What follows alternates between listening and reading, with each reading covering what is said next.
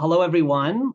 Welcome to this webinar on the future of offshore wind in New York State, featuring the ILR School's Climate Jobs Institute and sponsored by the Center for Applied Research on Work, or CARO for short. My name is Ariel Avgar, and as the director of CARO, I'm thrilled to be kicking off this new webinar series designed to leverage applied research conducted at the ILR School and at Cornell University with the goal of informing policy and practice related to work, labor, and employment. The Center for Applied Research on Work, which launched formally in September, was founded out of an urgent need to enhance the ways in which we engage with the world outside of academia. At a time when questions around work stand at the heart of countless grand societal challenges, it's imperative that the research being conducted in this area is relevant and conducive for action taken by policymakers and practitioners. And no less important, that the consequential and rapid changes taking place at local, state, and national levels inform the ways in which we design and implement our research around labor and employment issues. To that end, CARO seeks to create the space for robust and meaningful engagement between scholars, policymakers, unions, and organizational leaders, activists, and practitioners. Alongside this webinar series, we have established a policy lab that brings together colleagues to share and collaborate in their efforts to advance policy analysis and recommendations that make work and employment more accessible, equitable, and sustainable. This webinar series is part of that broader effort, and we very much hope that you will join us for our monthly discussions around a broad range of topics that impact work and employment policies here in New York State and on the national stage. I want to do a few notes of appreciation before turning it over to my colleagues. First, a very big thanks to our esteemed panelists today. I'm looking forward to learning from each of you. Second, thanks to Anne DeCecco and Megan Thornsfeld for all the work that's gone into launching this webinar series and the many other efforts that are happening at CARO. Third, my gratitude to the many Policy Lab colleagues who support the important work of translating applied research into actionable policy recommendations. Sincere thanks to our marketing and communication and IT teams for the amazing support. Turning to today's webinar, more specifically, my real deep appreciation to the Climate Jobs Institute team for the incredible work that they do in keeping the link between the transition to a green economy and the quality and availability of jobs front and center in this important discussion. I'm excited to have this serve as the inaugural focus on our new webinar series. The work being conducted by the Climate Jobs Institute is the perfect illustration of applied research that informs state policies, union strategies, and practical tools for organizations and for workers. Thanks, of course, to the many partner organizations, advocates, and union leaders that are joining us today, who have been working tirelessly to ensure a just climate future in New York State.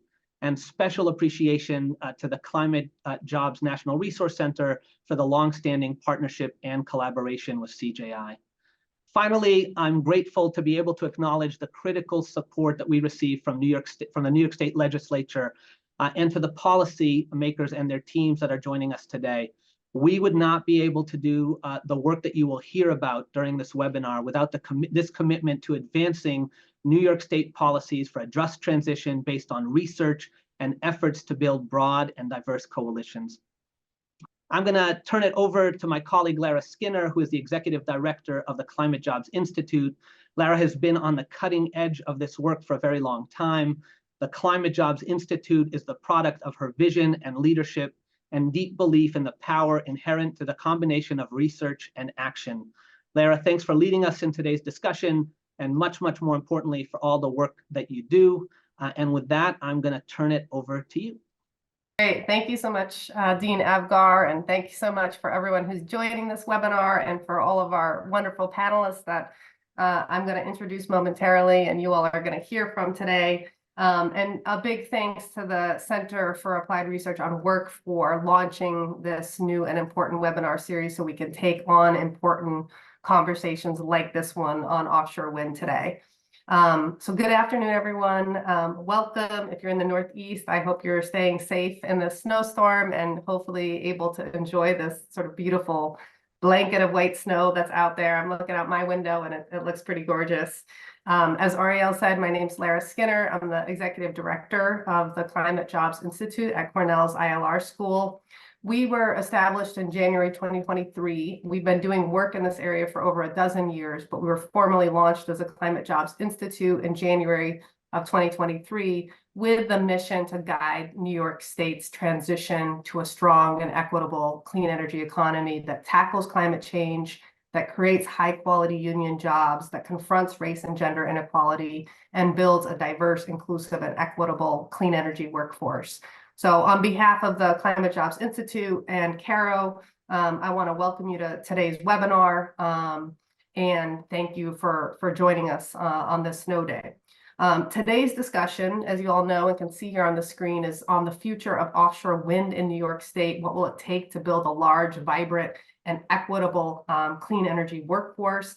As I'm sure many of you know, there has been tremendous excitement in New York and around the country around building a large, robust offshore wind industry in the United States.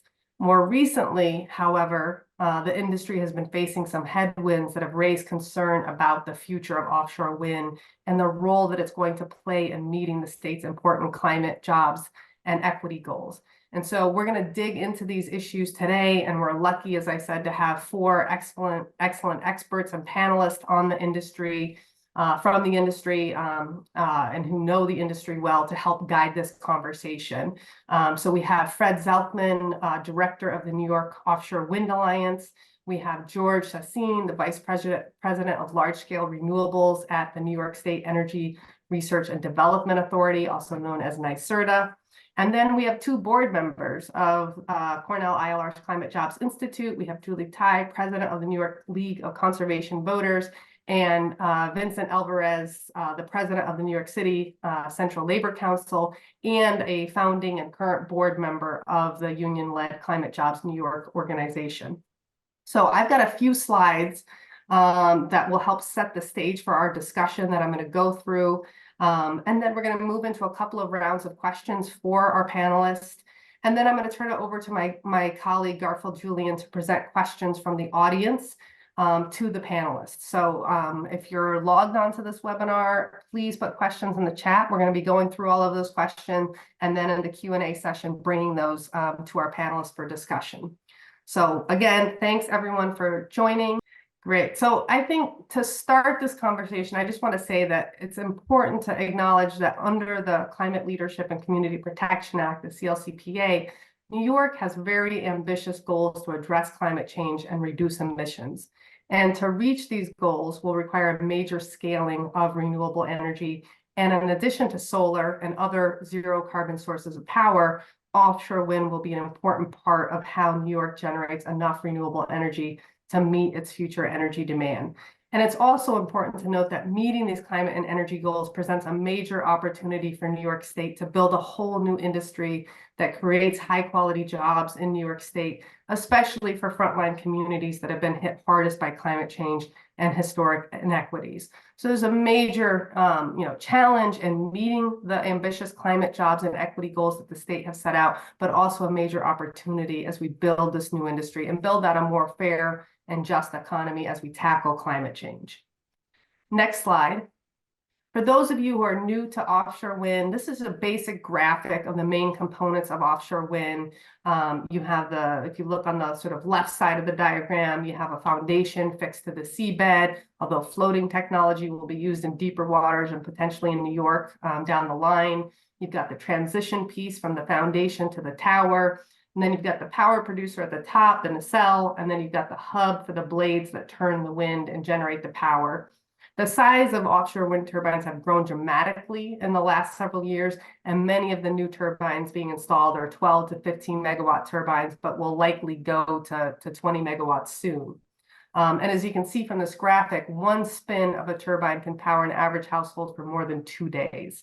Quite impressive. And in addition to the turbine, you'll see on the right side of the diagram, there's also the connection of array cables from the turbine to the offshore substation, that collects the power, and then there's the export cable from the substation to onshore.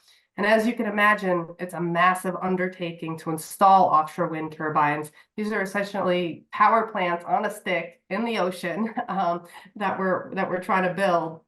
And the amount of power that they can produce and the strength and steadiness of wind on the East Coast make it an excellent renewable source of power in New York and up and down the East Coast and other parts of the US as well. Next slide. In terms of offshore wind commitments, I want to note up front that New York has been a leader in offshore wind for several years. In 2019, New York set the highest offshore wind target in the country with a goal of building 9 gigawatts of offshore wind power by 2035. New York was also the first state in the country to require strong labor and equity standards, a project labor agreement on all offshore wind projects that are built in New York, and additional standards have been added since then.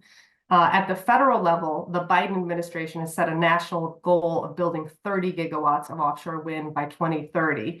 And actually, if you look at state commitments to build offshore wind across the country, they now exceed that goal, and combined, US states have committed to procure about 51 gigawatts of offshore wind.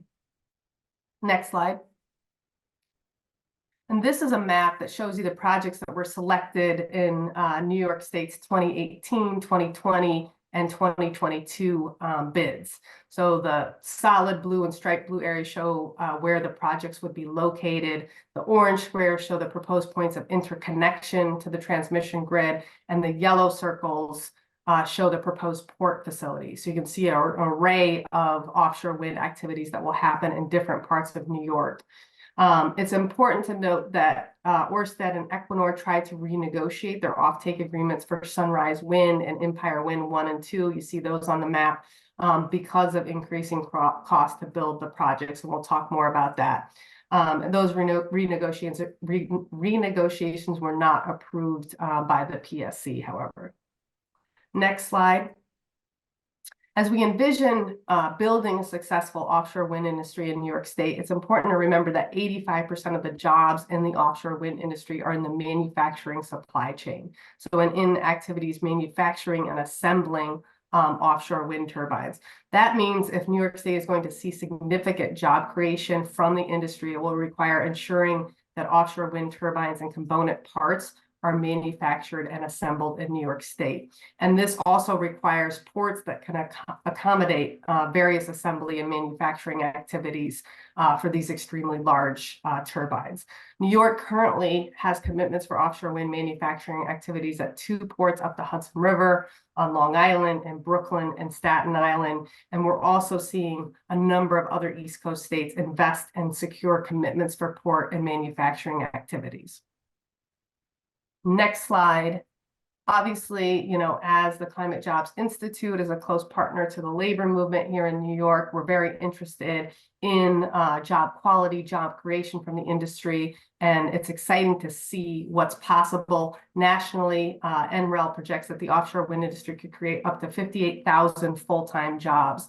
The diagram on the right shows you NREL's estimates for what needs to happen to meet the 30 gigawatt federal target. Things like we need 58 crew transfer vessels, ships out on the ocean. We need 5 to 6 wind turbine installation vessels. We need 4 cable lay vessels. We need 2,100 wind turbines. We need a number of other types of installation vessels. So just gives you the sense of the type of industry that we can build to support our offshore wind goals. And next slide. What we want to get to today is what are the current challenges that the industry is facing, and how do we overcome them to ensure New York State can meet its important climate, jobs, and equity goals. So I'm just going to name these quickly, some of which are newer challenges, some of which are longer standing challenges. And like I said, we'll talk a lot more about these as we get into the discussion. Some of the stuff that the industry has faced in the last few years, probably many of you have heard about: rising cost of the projects related to inflation, interest rates, and supply chain constraints. That's a really important one. Siting and permitting, also important one for us to recognize. how long it takes to get from proposing a project, securing an offtake agreement, and then getting the project to construction. It takes a long time. It can take 10 to 14 years. Other countries have different models for doing this. And so, you know, because a lot can change in that time span, we need to think about if there's a way to speed that process up and make it easier, more efficient.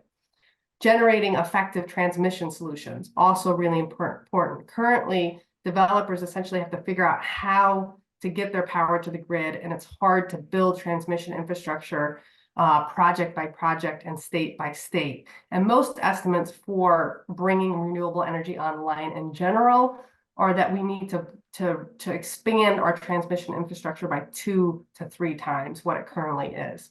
Securing greater investment in ports and supply chains, also really important. And again, this is important to ensuring that New York maximizes the job creation and economic development benefits from the industry. We don't have those ports and those spots to do that work, then it's unlikely we see the blossoming of manufacturing and assembly activities that we'd like to see here in New York.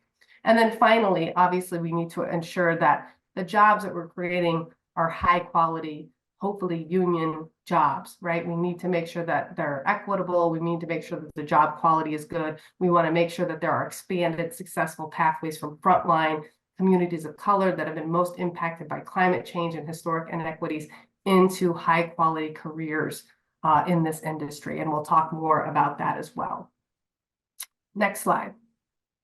So with that, I want to get right to today's discussion. Like I said, we'll do a couple of rounds of questions for each of our panelists, and then I'll turn it over to my colleague Garfo to take questions from the audience.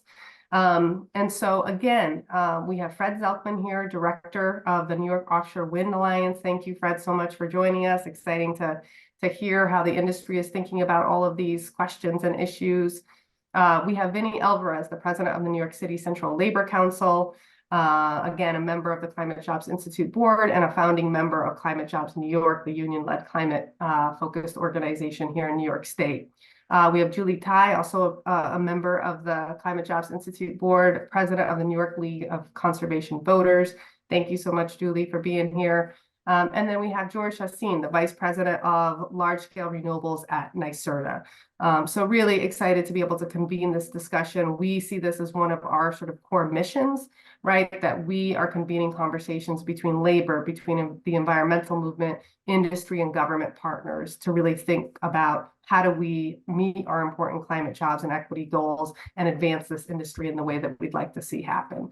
So thank you all for joining. We can take down the slides at this point, and we'll move right into questions. And Fred, I'm going to start with you. I want you to sort of outline in broad strokes where the industry stands. Where are things at, you know, including the recent series of high-profile challenges that I just mentioned, and why do you believe continued investment in the industry is so important?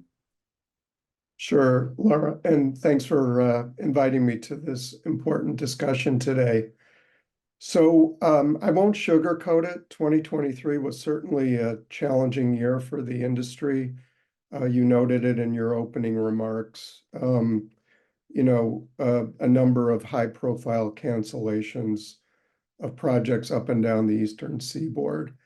But I will say I see this as a temporary aberration and not a permanent course correction. I think the long-term viability of the industry is certainly there. And it, as you noted, it's just such a strong economic and environmental imperative. So maybe just I'll throw some numbers at you as well, just to sort of level set here, and then talk a little bit about why I see such a promising future for the offshore wind industry in New York and beyond. So it's really in the US, it's the states driving demand, you know, led by New York and other states in the Mid-Atlantic region and New England. Collectively, we've set very ambitious targets for the offshore wind industry, upwards of 40 gigawatts. That's really critical for the industry because it sends the market signal that there's going to be a sustained, significant, and sustainable market here in the US. And that really attracts the capital for companies to invest in people, in factories, in inventory, and the future of the industry here in the US. Now, as well, we have at the federal level, the Biden administration embracing really significant offshore wind targets. And that's important because it's the federal government's responsibility to create the lease areas in the outer continental shelf to site and construct offshore wind farms. They have primary responsibility for the permitting, as you've noted. So we need and have strong support at the federal level. Now, where we are today, we have about 1 gigawatt of steel in the water. That's 4 projects. So quite a long way to go from 1 gigawatt to the 40 plus gigawatts that collectively we're all hoping to see within the next decade or so. And to get there, the states have amassed significant pipeline of projects. As of May of 2023, the American Clean Power Association estimates we have a pipeline of some 40 gigawatts, of which close to half of that is in advanced stage development. Now, as I noted, of that 20 or so gigawatts, we've seen some significant project attrition over the last year or so, and that is owing to kind of this perfect storm of events, supply chain bottlenecks, inflationary pressures, high interest rates. When you think about offshore wind, one of the most significant inputs is steel, and steel prices have just gone through the roof.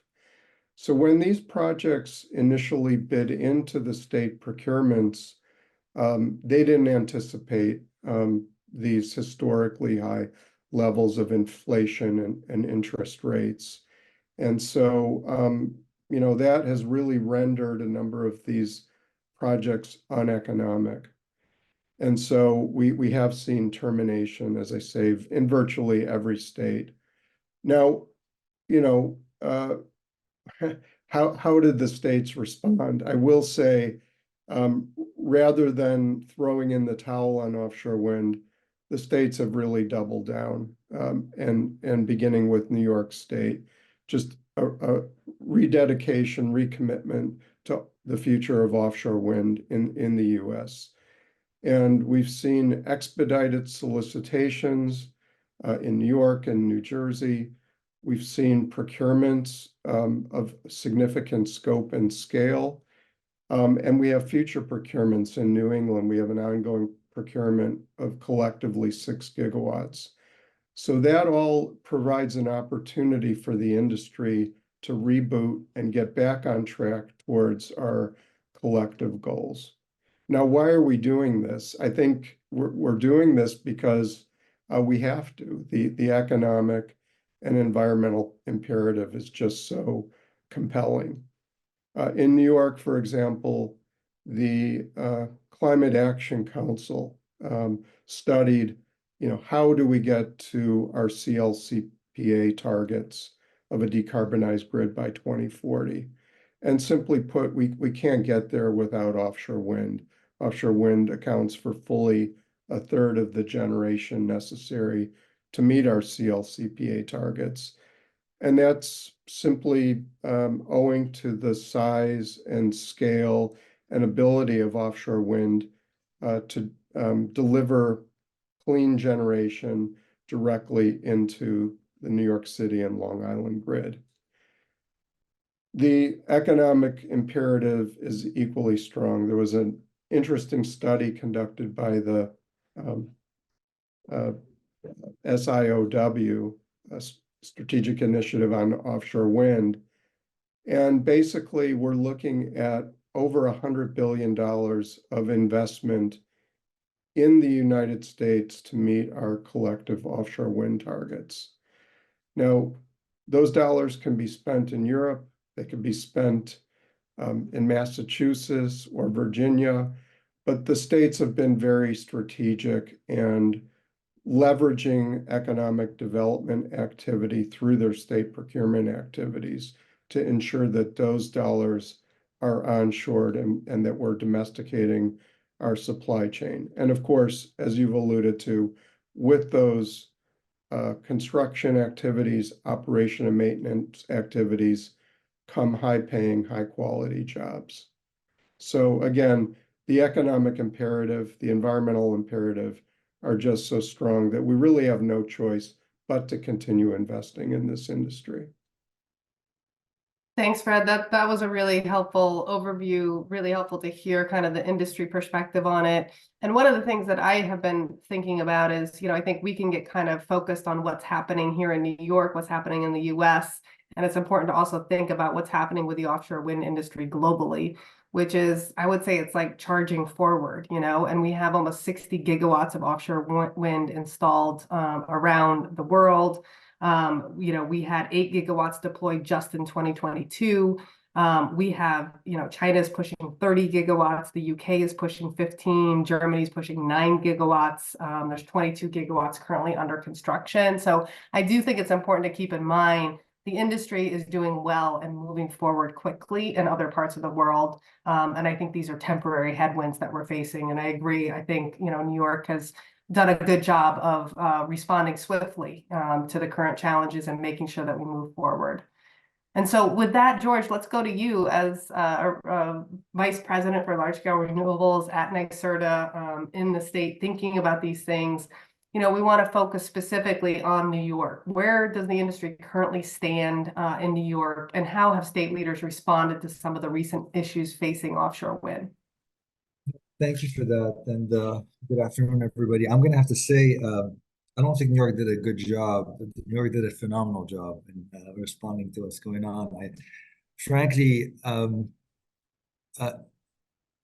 no one could have foreseen some of the issues that are facing the industry, right? So we call them black swan events, right? So the Russia war in Ukraine, that could not have been foreseen, and the impact of what it means for the offshore wind industry and what it means for the industry here in the U.S. and in New York specifically is, as European countries, own the majority of the supply chain for the offshore wind industry globally, frankly, because they had a head start over others.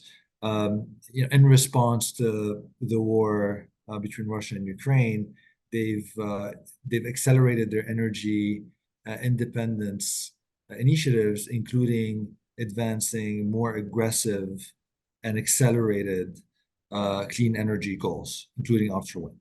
So that has put further bottlenecks on the European offshore wind supply chain, which automatically impacts us in the US, given that our offshore wind supply chain is still in its early stages. So that's one black swan.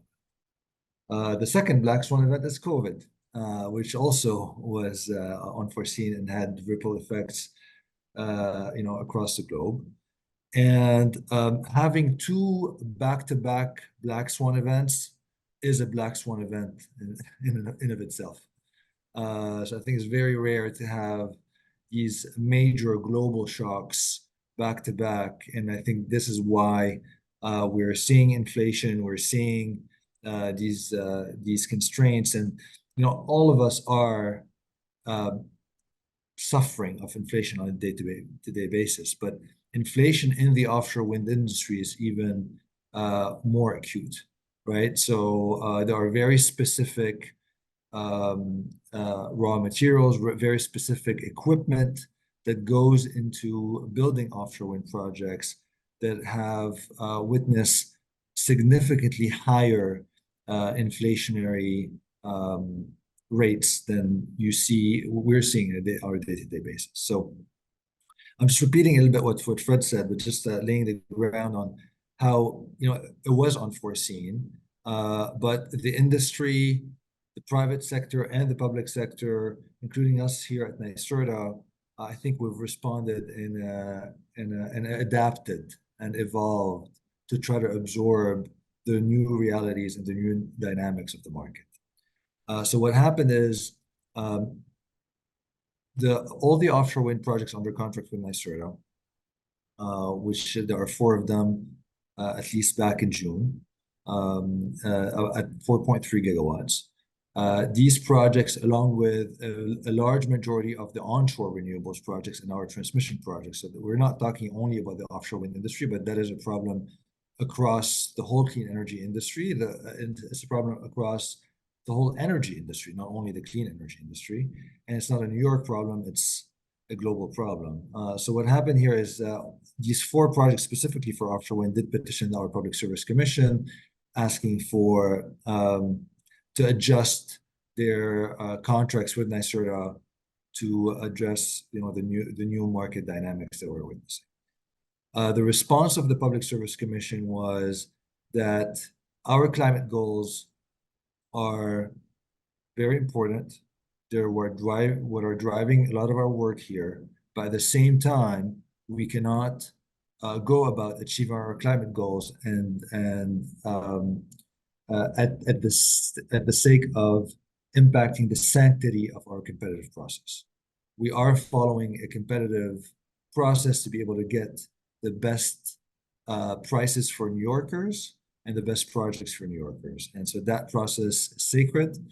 And with that being said, Governor Hochul responded immediately with a 10-point action plan that laid out a very comprehensive and a very thoughtful plan that covers a lot of different aspects of reaching our goals. A lot of them are activities that are already ongoing and new activities that we are to launch very soon in order to make sure that, basically sending a very strong signal that New York is highly committed to reaching its clean energy goals and highly committed to adapting to the market realities that we're facing. So what has happened, honestly, I'm very proud of our team here at NYSERDA. Usually it takes about 12 to 18 months to run an offshore wind RFP that's complex as what we're doing today. And, in a couple months, we launched an expedited RFP for both the offshore wind industry, but also the onshore renewable industry. Where we are right now is we received bids for this expedited RFP for offshore wind a couple weeks ago, and we are committed to move as fast as possible and give clarity to the market ASAP. And we are expecting, we've communicated that we're expecting awards towards the end of February, already mid-February. So I think the suspense is very high for all of us, including yours truly, to communicate back to everybody the outcome of this expedited RFP. Much more to come, and I think I'll reserve that part of the conversation to a bit later on what's coming up next for New York. But I think the reality is, I think everybody has seen that. So out of these 4 projects, we had 2 of them mutually terminate contracts with NYSERDA. That is the Empire Wind 2 project and the Beacon Wind project. And I think that is a sobering reality for all of us. But the good news is, obviously, you have the Sunrise Wind 1 and the Empire Wind 1 project that have rebid into this expedited RFP, but we also attracted newcomers into this expedited RFP.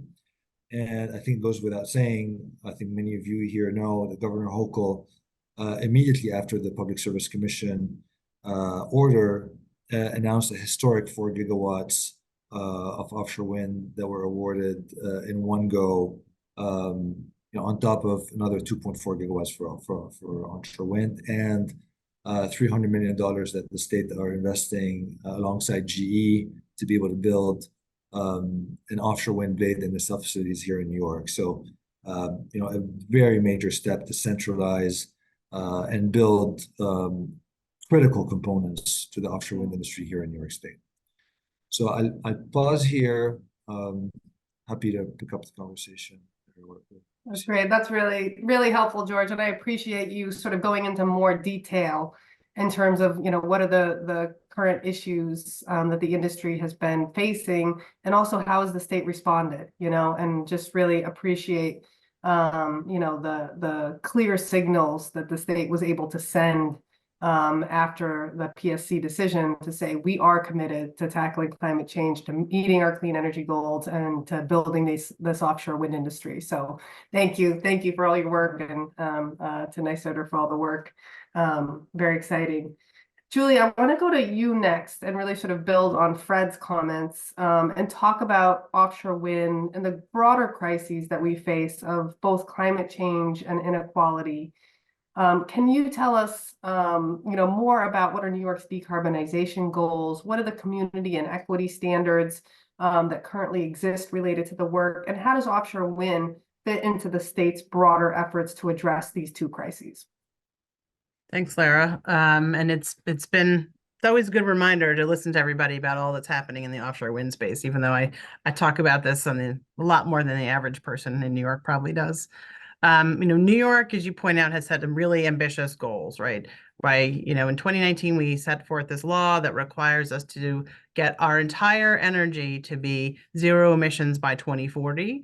And further than that, we're trying to decarbonize the entire economy by reducing emissions 85% with a goal of net zero emissions by 2050. So that's not just talking about our electricity, which is going to be hard enough as it is. We're talking about our transportation system. We're talking about our buildings. We're talking about manufacturing. We're talking about farming and agriculture and a lot of different factors.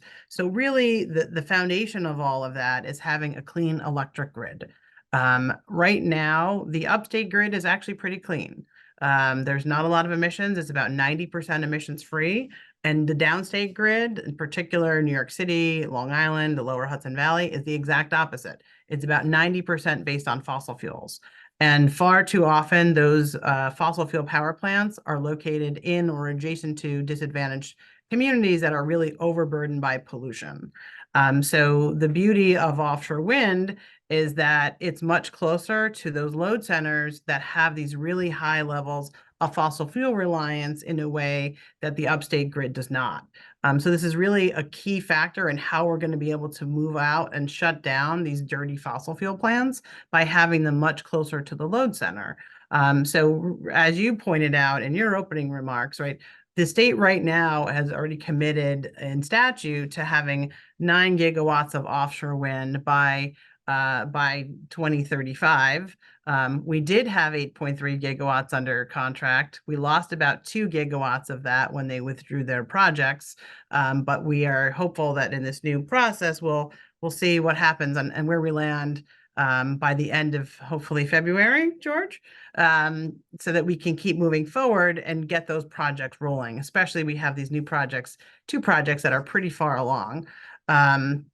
So it plays a really big role. And I actually think that ultimately we're going to need more offshore wind than the state currently has committed to. That's something that the head of NYSERDA has said in some editorial pieces, that we're going to ultimately need more offshore wind in order to achieve our goals as we're working on electrifying all these other systems, the buildings, the transportation in particular. So really, offshore wind plays a really key role for that. Specifically in that same law, though, there's also a requirement that 35%, at least 35%, with a goal of 40% of the benefits from the changes in the law are to go to disadvantaged communities, because again, they've been overburdened by pollution for far too long. They've been shut out of jobs. And so really, I think there's a need and a commitment by the state in this statute, and really shout out to all the environmental justice groups who made sure that that was a requirement, to making sure that we're transitioning in a way that is benefiting people who have been historically impacted by pollution, to make sure that they benefit from this, not just from having cleaner air, but also having economic opportunity associated with that.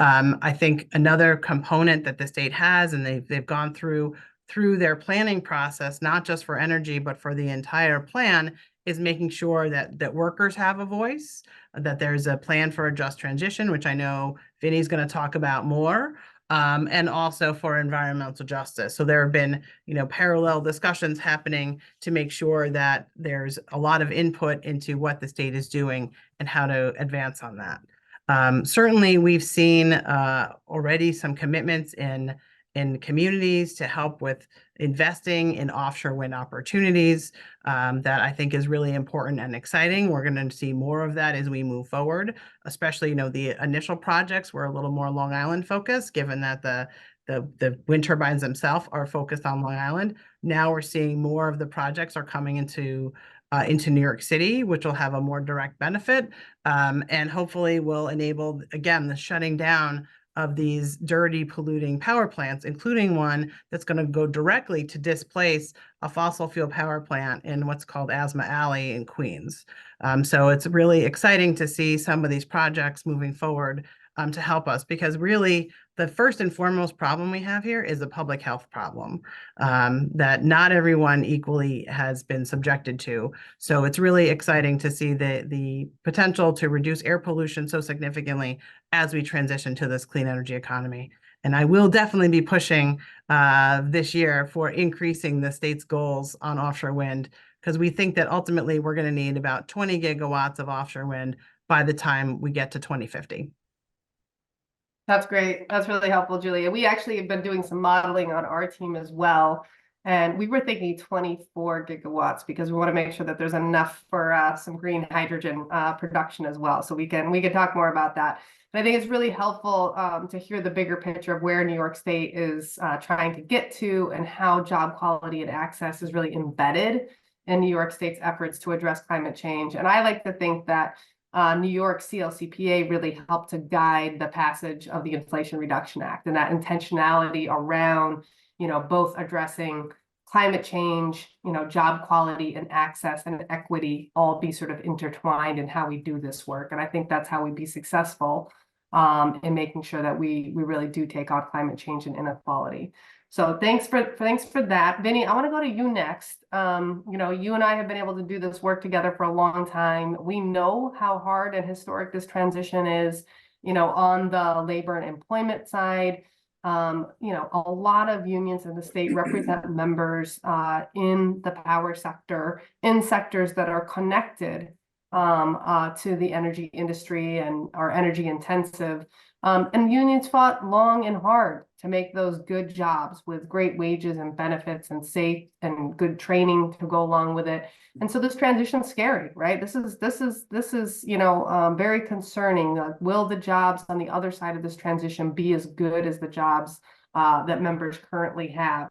And so if we go back to Fred's earlier comments on sort of the economic development opportunity here, and that being a big part of what we can do as we build this industry, create high quality union jobs, build out a whole industry that drives economic development in the state. I think it'd be really helpful to hear from you, what's involved in carrying out these major projects like an offshore wind farm, and why is organized labor so critical to this industry being successful?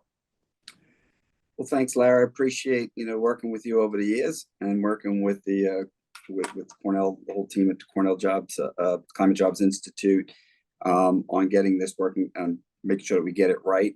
The labor movement we've been focusing in on this work because we see this whole transition of not just a sector, but the creation of a new portion of a new economy, the clean energy economy. And we understand the need that when we look at certain industries that we've represented workers throughout this country, the manufacturing sector, the auto industry, the energy sector, construction industry, ones where we've had strong labor standing and strong labor representation through good union jobs.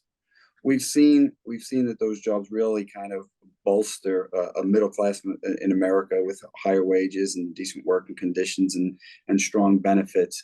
And some of those are potentially or jeopardized with this transition if we don't get it right. And we use that term, get it right, because we talk about this. What does a just transition look like? It's two words, but what does it really mean practically speaking? What is the Office of Just Energy Transition at the DOL and others at the state? And the state has been great at making sure they focus on this with us, because just transition for a worker who's worked their entire career in the energy sector does not mean that we're going to focus on getting them a job two or three states away 3 or 4 years from now. That's the problem, and the optics of some of the folks that look at this transition. The economic development aspects around the clean energy economy are critical. If you look at it in the context of traditionally of where the labor movement has been over the past 80 years, and particularly, and if you look at where we started with strong labor standards from roughly from like 1930 to 1970, strong union representation, higher incomes, high productivity, and we've seen somewhat of a decline of that over the past 40 years. So we see this as an opportunity where we have good jobs and people, high quality jobs, union representation of people in the energy sector. We see it also at a time where we have widened inequality throughout the country. And we need to make sure that these jobs that are created, either that are transitioned or that are going to be created, have strong labor standards in the industry. We're very proud of the fact that here in New York State, our government, our state legislature, and the governor's office have supported the strong labor standards initially in the offshore wind industry. First in the nation kind of leadership, real true leadership standards in the offshore wind industry, guaranteeing that the jobs that are going to be created have strong labor standards like prevailing wage and project labor agreements on all the construction, the building service work as well, apprenticeship language, labor peace agreements in the operations and maintenance sectors, Buy American provisions for steel and things like that. Those are good baseline kind of standards that we've seen in order to be able to continue to get the support for the transition and to accelerate this the transition at the speed that science is really going to demand here. So we need to continue to get that right. In addition, we've seen other things, other contractors like GE and one of my and some of our colleagues over at CWA and the IUE secure a strong labor peace agreement for turbines and blades for in the Port of Coymans, potentially at Port of Albany, on the manufacturing side. I mean, that voluntary recognition agreement that they signed with them shows a commitment by these developers to work with the unions and ensuring that we're going to have strong labor standards and economic opportunity that's going to really benefit the state. So we look at it like I said, there's a lot that's going into it, into this, and making sure that we secure the labor standards. The just transition piece that Julie had mentioned earlier, we have to get this transition right. There will be a direct correlation between us building out the clean energy sector and building it out the right way, in a way that's going to help preserve and create good jobs. Also make sure that those jobs are afforded to folks who've been left behind before, and make sure that we're doing that in a way that really is sensitive to some of the communities that have been impacted, as Julie mentioned just a few moments ago. We want to be part of that, and we want to make sure that we get it right, because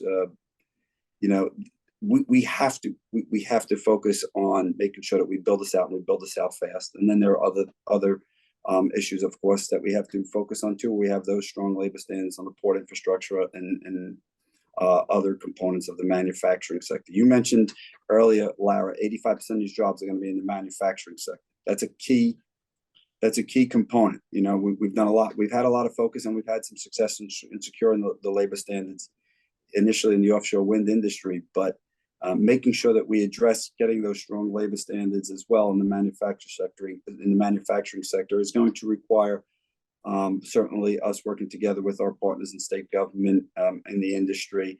And there's regional questions about that as well. Thanks, Vinny, and just really appreciate your comments, because we started doing this work way back in 2014, actually in the aftermath of Superstorm Sandy.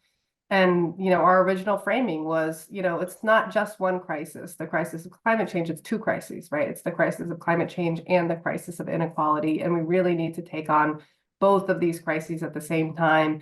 And high quality careers, expanded access to those careers is, and history has shown us this, is one of the best ways to reduce inequality. And we're talking about inequality of income, wealth, race, gender, power, opportunity, hope, all of it. So just the focus on, how do we have the right labor and equity standards on this work to make sure that these are high quality careers with expanded access is So important. I couldn't agree more. And I think it's really important to building public support for the industry as well, because if people see this industry growing, people have jobs, they have family members and friends who are working in the industry. If they see that New York is moving towards more reliable, affordable power, right? That's all part of what spurs, the enthusiasm and motivation to move towards addressing climate change and move quicker to reach the ambitious goals that New York State has set. So I really appreciate that first round of questions. The next one, and I know I can see that we're getting some good questions from the audience, so I want to go to those soon. I do want to give all of our panelists an opportunity to respond to one question before we move to the audience, which is, all of us here are committed to building a successful offshore wind industry that meets New York State's climate, jobs, and equity goals. And I think it'd be really helpful to have each of you speak to what needs to happen to realize these goals, both in terms of infrastructure and politically. So as you look ahead, what are the most important things that you think need to happen to make sure that we build the successful industry in New York? And Fred, can I start with you? Sure. So I'll focus on a couple things. One, in terms of infrastructure, this was in your list, Lara, in the introduction. We really need to build transmission. That is one of the big gating items, I think, for the industry. When you think about the New York grid, it really wasn't designed to accept deliverability of large volumes of generation from offshore sources. So the coastal points of interconnection tend to be the weakest. And there's very limited headroom right now on the grid to support the deliverability of offshore wind. Now, fortunately, again, I think state policymakers have been looking ahead and have made major commitments to our transmission grid.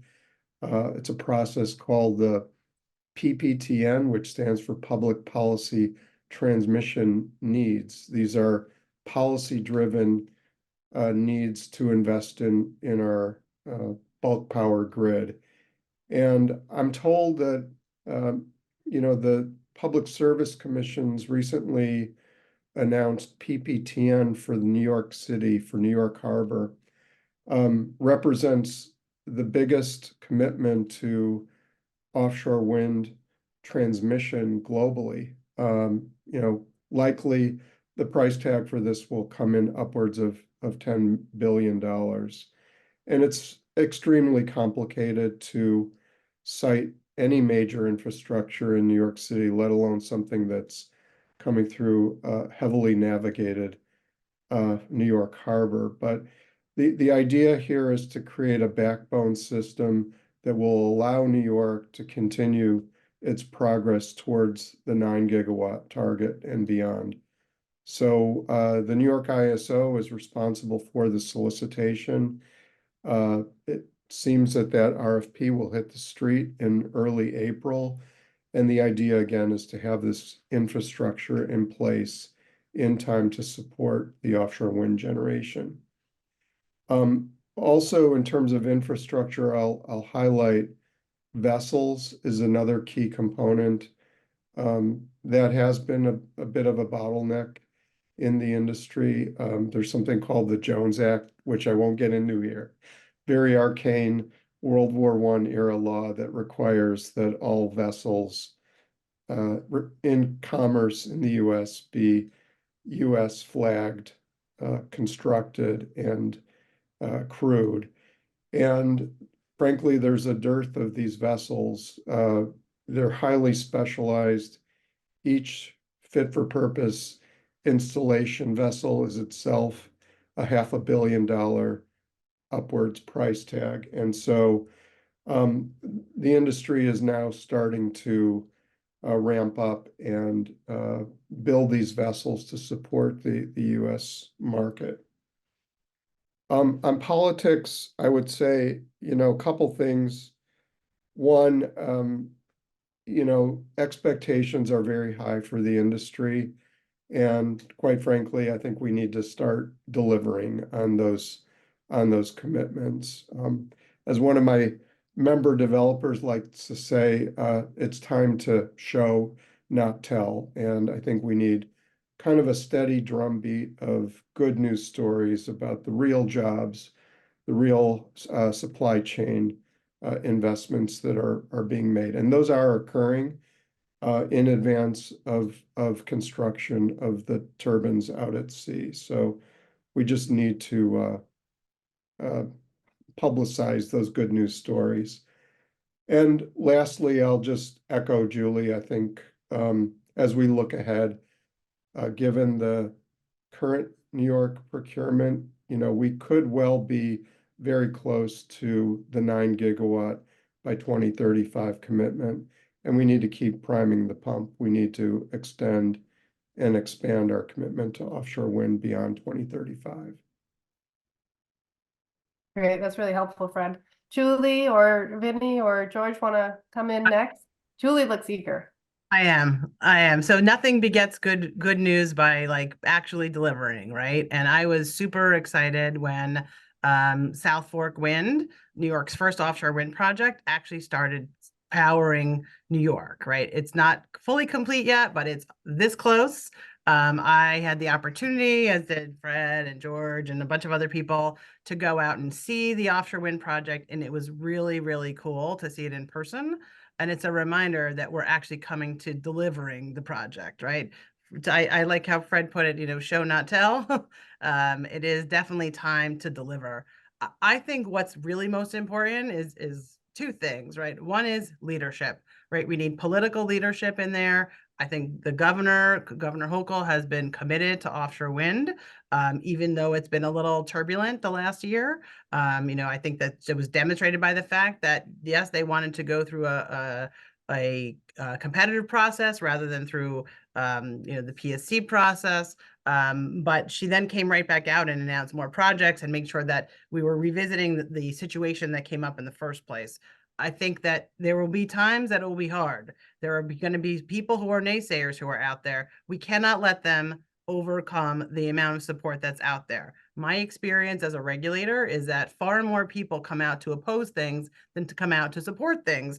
They're not all based on good information, people who are opposing projects. So I do think it's really important that we make sure that there's public information that's fact-based, that's out there, so that people know what's happening on the ground. And that's incumbent upon the developers, it's incumbent upon government, it's incumbent upon the labor industry and the environmental industry to help educate the public and make sure that they're mobilized, to make sure that they're excited so that they can actually see the benefits. So to me, that is like, we've been through a war already to get the South Fork Wind project done. And we need to make sure that we get these other projects through, because if we don't have projects that are actually completed, that are actually providing power, people aren't going to believe it. So to me, it requires political leadership and it requires public education to make sure that people have good information. Yep, and Larry- Vinny, it looks like you want to come in. Why don't you come in?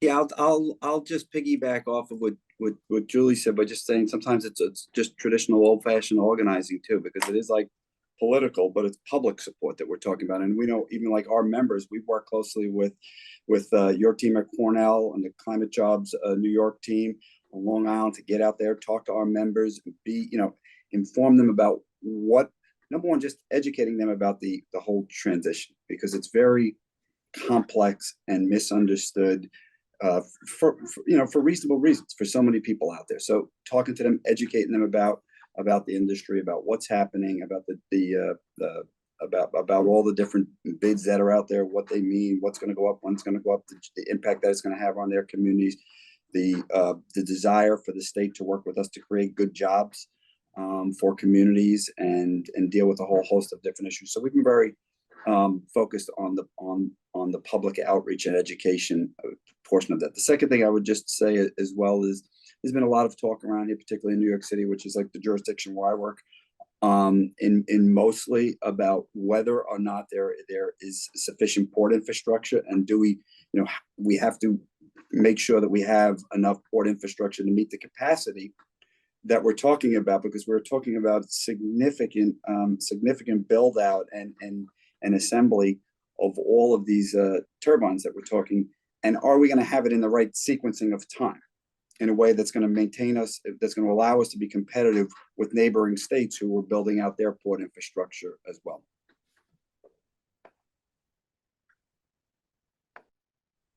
That's great. Thanks, Vinny. Yeah, and we've been really happy to collaborate with Climate Jobs New York. I think that on the ground organizing is so important.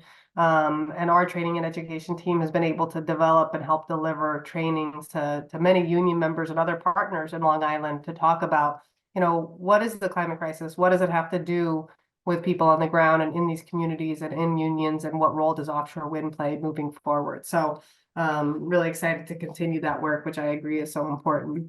George, I want to have you come in here too. What are you seeing? Well, thank you, Lara. Listen, I'm gonna maybe try to synthesize like all the different points that have been made and just dig a little bit deeper on a couple of points, if you don't mind.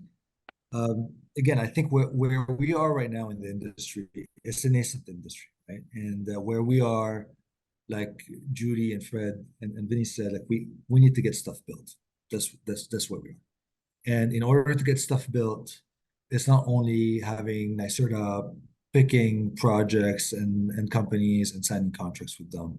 It's aligning all these different ingredients to get projects built, making sure we have the ports, we have the equipment, aka the supply chain, we have the workers, the workforce, we have public acceptance, the political will, and have all of these, the transmission lines, right, to bring the electricity to shore, etc., and have all of these timed and sequenced together, like Vinny said, so that it's working perfect, right? And there's a lot of moving parts, and it's all very complex, which makes our jobs here very exciting, challenging but exciting.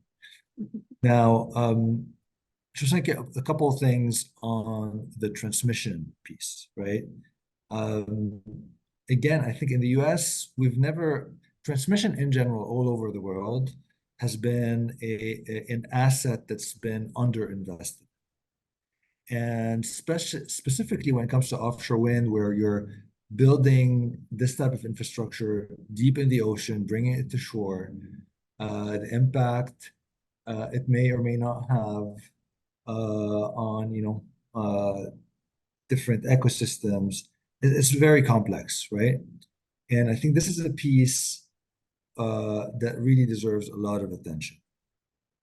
And Fred did mention the New York City PPTN, which is basically a new RFP solicitation to be able to pick up and design the best transmission projects to optimize how we bring the offshore wind electricity into New York City.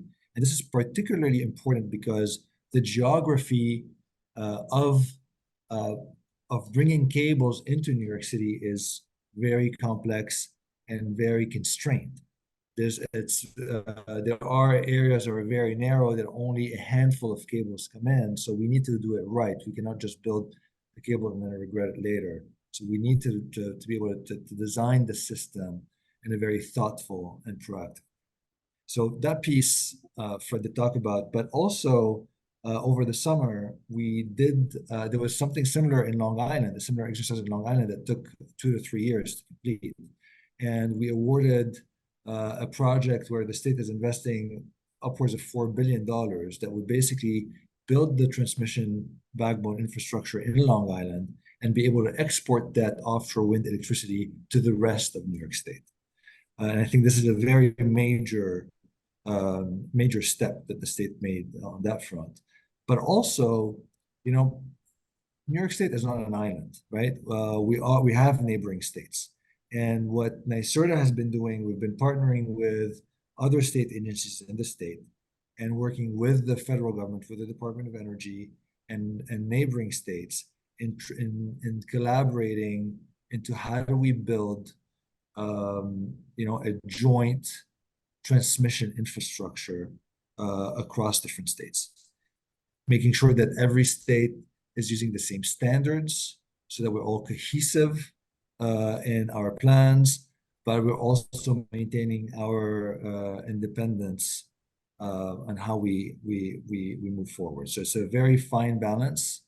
that, as you can imagine, is tricky to navigate, but we're putting all our efforts into advancing these conversations with neighboring states. I think it's very important. I could talk for hours about this, but I think transmission is critical. All I want to say is, in the upcoming offshore wind station that we're planning to launch later in the year, we are going to be linking any future offshore wind projects to whatever comes out of the NERC CDPPTN transmission process. So, you know, marrying these two together, I think is really going to be critical as we move forward. Lastly, I want to go back to Vinny's favorite topic on the point of building the supply chain and the port infrastructure and the workforce here in New York. Obviously, we're doing a lot, and we need to do even more. But the theme is, you know, we always talk about climate change and climate policy and environmental policy and energy policy. But what this is fundamentally is an industrial policy, right? And I think having a thoughtful, cohesive industrial policy married with our climate policy and our energy policy is what we're seeing here in New York. And Governor Hochul did commit $700 million to the development of supply chain here in New York. We want to be, our ambition is to be a central hub for offshore wind supply chain here. So on top of the $300 million we just announced on the two GE facilities, we have $200 million left. And over the next few weeks and few months, we will be announcing, you know, our plans on how we're going to be deploying, you know, these funds in a competitive process for a dedicated offshore wind supply chain RFP that we will be launching soon and sharing more details very, very soon with everybody. So we're very excited about that. Please be on the lookout for that. Yeah, much more to come.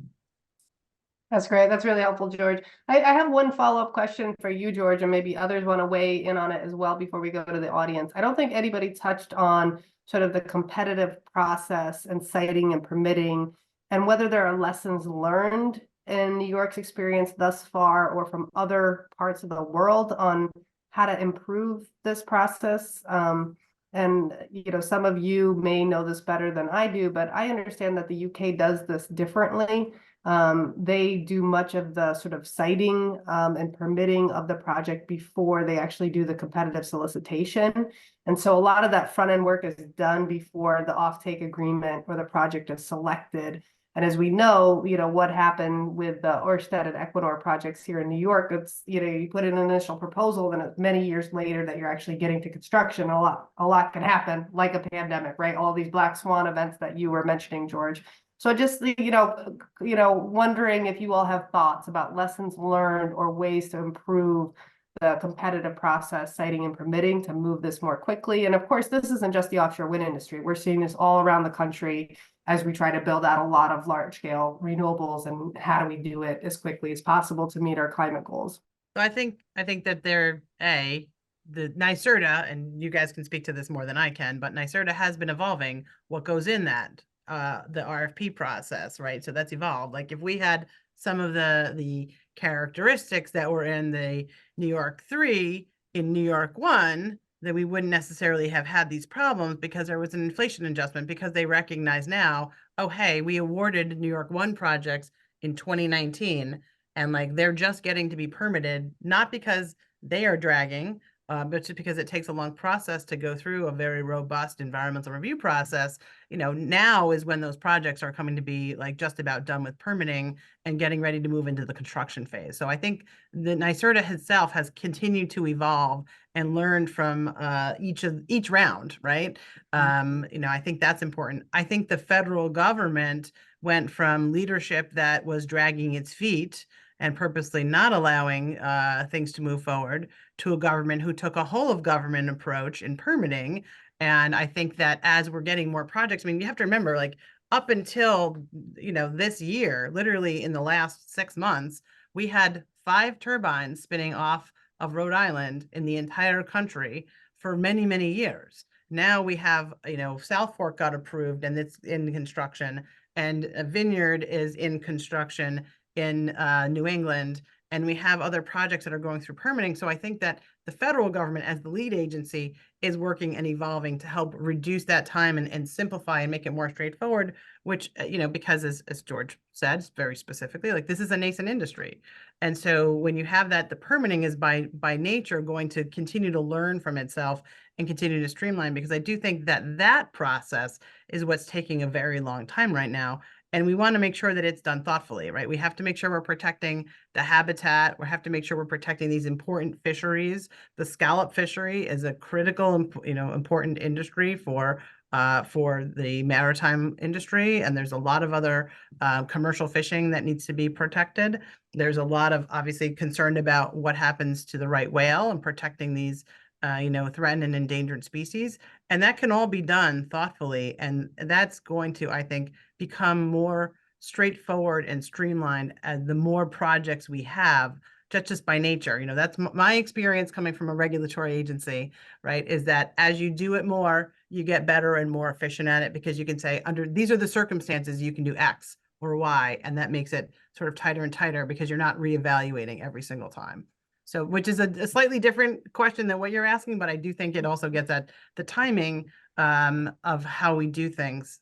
So I think the change that George also talked about with the transmission is also critical, right? Like New Jersey's last bid is not comparable to New York's last bid, because New Jersey's was building doesn't include transmission expenses, right? So they're not like apples to apples. So I think that's also important and will continue to evolve. So using the PPTN process as really hyper and energy nerdy as that is, has been something that will be beneficial, and it will also help to address some of the concerns that people might have about environmental impacts. Great. George, anything you want to add? I'm going to agree with everything Judy said. I always agree with everything Judy says. But I just say one point. Listen, in general, I think, Lara, you hinted to that. This clean energy transition is unparalleled to anything we've witnessed in human history. The scale and speed of the clean energy infrastructure that we have to build has never been witnessed by anyone. And I think all our processes and rules need to evolve with it. They've never, the permitting rules were never designed in the first place to enable what we're, the journey we've embarked on. So we do need to evolve. We do need to reform. We do need to learn from best practices and experiences from other countries, even though contexts change, and we are. Like Judy said, we're learning, we're evolving. I think to the frustration of many in the industry, it's not evolving fast enough. But I can assure you that you have entrepreneurs within government that are trying to reform and advance and evolve with the industry, and there's a level of collaboration that also is unprecedented. I call it hyper collaboration, with the private sector, with civil society, with labor, with academia, etc., so that we can identify the bottlenecks, identify the solutions, and put them into place, right? So permitting is definitely one of them, and I think the governor recognizes it. So if you look at her latest proposals in her State of the State address this year, one of them was, how do you build transmission faster through what is called the RAPID Act, and reforming the permitting process for transmission specifically. And I think that speaks volume on her political commitment and the real action she's taking to try to advance that. And so that's one piece. And the other piece is, obviously there's a nuance in what our state can control and on the permitting front, and what the federal government can control. And I think working with BOEM and the federal government has been really valuable in helping them help us as well. That's great. Thanks, George. And Fred or Vinny, anything you want to add before we move over to the audience and see what questions they have? No, I mean, I'll just echo George and Julie. I think as we gain experience, these environmental reviews have been somewhat bespoke, and I think we are seeing a greater standardization of mitigation measures, both at the state and federal level. So hopefully that will lead to accelerating the permitting timelines. There's certainly the commitment there on the part of the Biden administration and BOEM leadership. And I just want to just piggyback off what George said about the immensity of this. I don't think the average person that's getting up and going to work and living their lives really, truly in communities who are going to need cooperation from with regarding planning and permitting and transmission lines going through them. I don't think that they fully understand the enormity of what we're doing as a society. And that's where I think so many partners, and George mentioned some of them, we all have to be in that effort to try to educate them, because there are folks out there who don't want to see this happen. And they know how complex it is. And they know how easy it is at times to disrupt one portion of the build out in a specific component of the transition to clean energy, and how disruptive that could be in setting back the whole timeline for an offshore wind project or another large scale renewable project or another sector of our economy where we're transitioning to. So I really want to encourage and support the ongoing efforts to kind of, in a positive way, talk about what we need to do, but the enormity of it. And really, it also helps to support the governor and government just generally, and the investments that they're going to have to, and the support that they're going to need, and the investments that they're going to have to make for us to get this right. Really, really helpful insights from all of you. I appreciate that. I want to go over to my colleague Garfield Julian to see what questions we have from the audience. Garfield, I think we have time to present, a couple of questions to the speakers from the audience, and then let the speakers respond. So you can tell us what questions we have from the audience. Thanks, Lara. Yeah, so we have a few questions. The first one, we'll start out, it's for George. George, so isn't it likely that the new offshore wind contracts that are about to be awarded will be nearly as expensive as the petition requests that the PSC rejected back in September? Yeah, thank you. I did see that question. Frankly, I've seen the bids come in and I cannot comment on them, as you can imagine. I think just to be patient, the next couple of weeks, we're going to be making awards, and as part of the public awards, the prices would become public, and I think you can see that NYSERDA does reserve it's at the discretion of NYSERDA to decide whether to award or not award any project, and basically make sure we do what's best for New Yorkers here. So that's all I can say, and just be patient for a couple of weeks, and you can see where the prices land in comparison to the petition, in comparison to anything we previously awarded, and in comparison to what's been awarded in neighboring states. I think that's very important that we all need to keep an eye on. I just Thank point you, out that I think that if the projects that had gotten some of the requests they were looking for, I mean, the bill impacts were going to be fairly small. I mean, we're talking about like $1 or $2, $3. I mean, it was per month. I mean, I'm not saying it's not nothing, but I think it's important to keep the context of the price increases, and it's not like we have any idea what natural gas is going to cost us next week, needless to say next year. Whereas once renewable energy is constructed, we have a pretty darn good idea for like a long time that they will be, because you're not subject to these geopolitical global markets that are out there. So it is a very different universe when we start transitioning to clean energy, that there'll be much more stability in energy prices than we have now, where it's really unpredictable because of these global markets that we're dealing with fossil fuels. Thank you, George. Thanks, Julie. So the next question that we have is the Build Public Renewables Act of 2023 mandates that the New York Power Authority build out renewables if the private sector is failing? Could the New York Power Authority play a role in offshore wind? What would it take to make this happen? And thinking a little bit broader is if the private sector is failing, and why are we not moving towards more public ownership, especially as unions have historically supported that? I think this constant debate about the role of the private sector versus the public sector in the electricity industry, and this constant debate about regulating or deregulating versus deregulating the industry.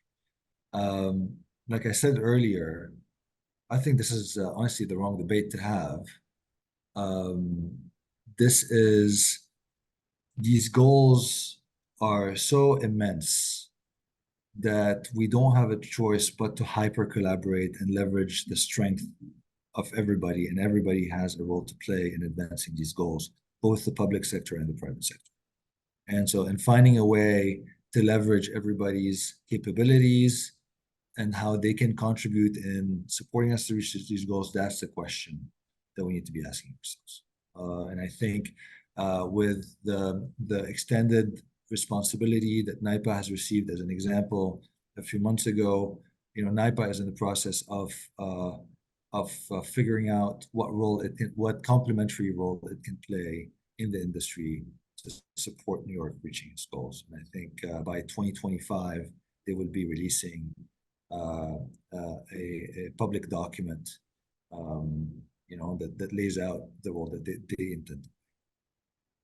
Yeah, and I would just say, I think it's way premature to conclude, that the private sector has failed. As I said, I think this is a temporary blip.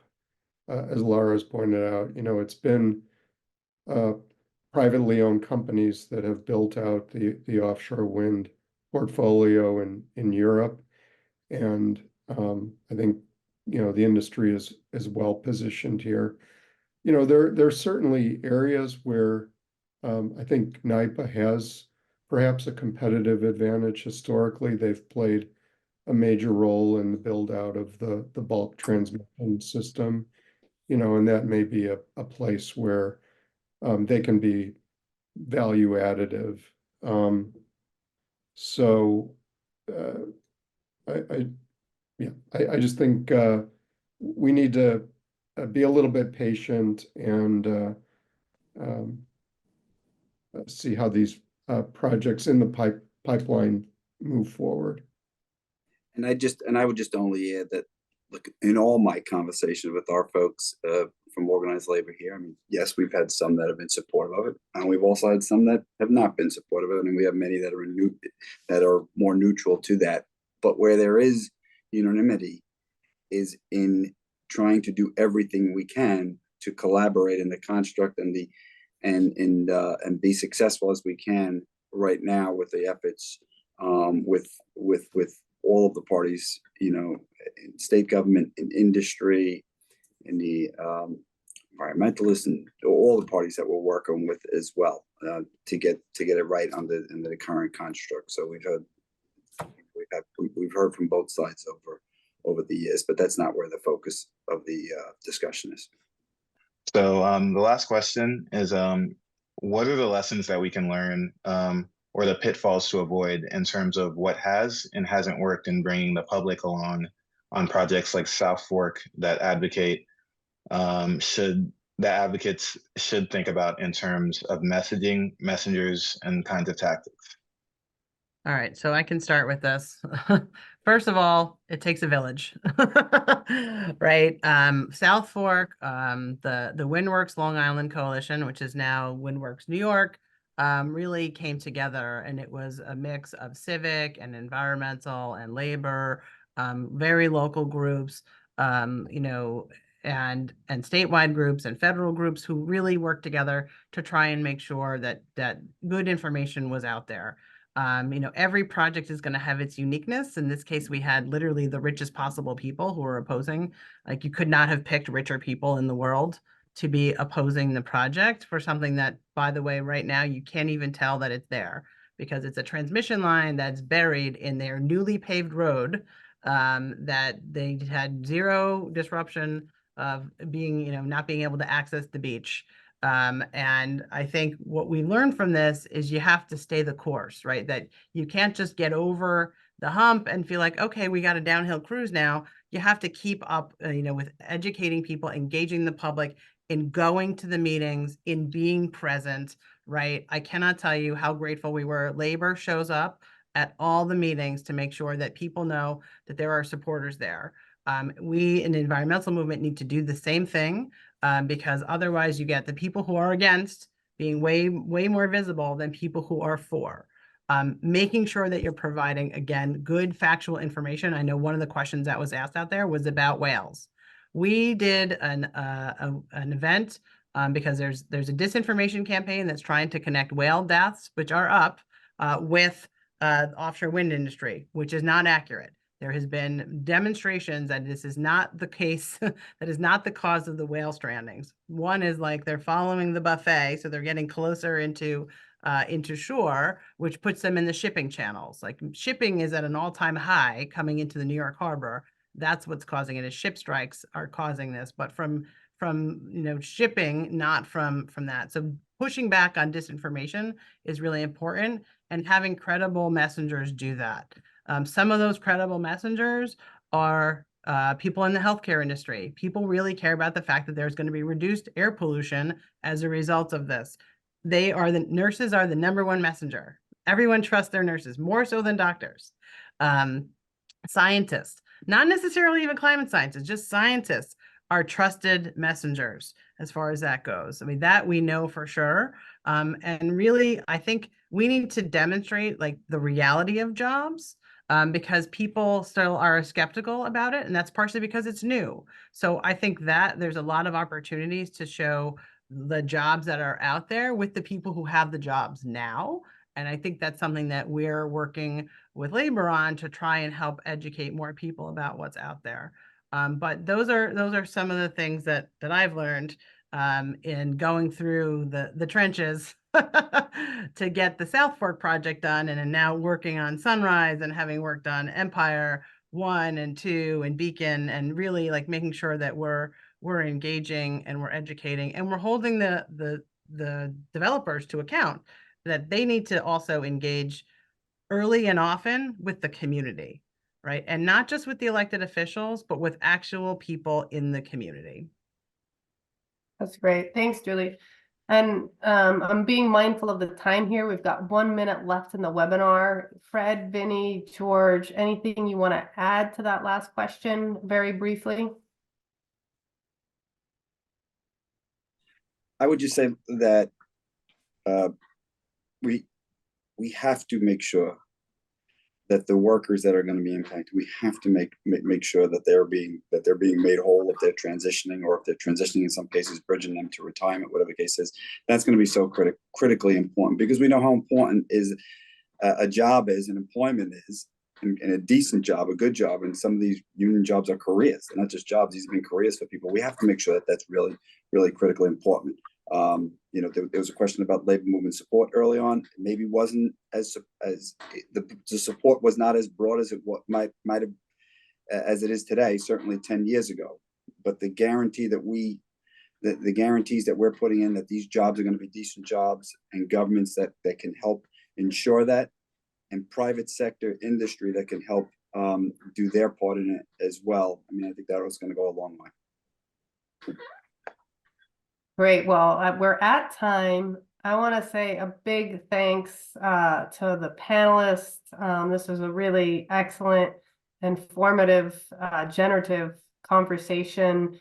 I hope all of our audience and participants enjoyed the conversation. I have to say that I personally feel more hopeful and confident about the successful, equitable offshore wind industry that we're going to build in New York. So thanks to all of you for the great work that you're doing to help make this happen. Thanks to Garful for bringing these questions from the audience, and thanks to the audience for the great questions. And, just want to say a big thanks to the whole Climate Jobs Institute team for helping to organize this webinar. Zach Cunningham, Rohan Palacios, Garfield Julian, and Catherine Solis-Fonte all helped in the organizing of this. And a big thanks to Caro, the Center for Applied Research on Work, and Anne Jacheco, who really helped organize the webinar as well, and to Carol for launching this new webinar series that we're going to be doing and really taking on the most important public policy discussions and decisions of our day. So big thanks to all of the speakers, really appreciate it. And thanks so much to the audience for participating in today's webinar. And we hope to see you again soon.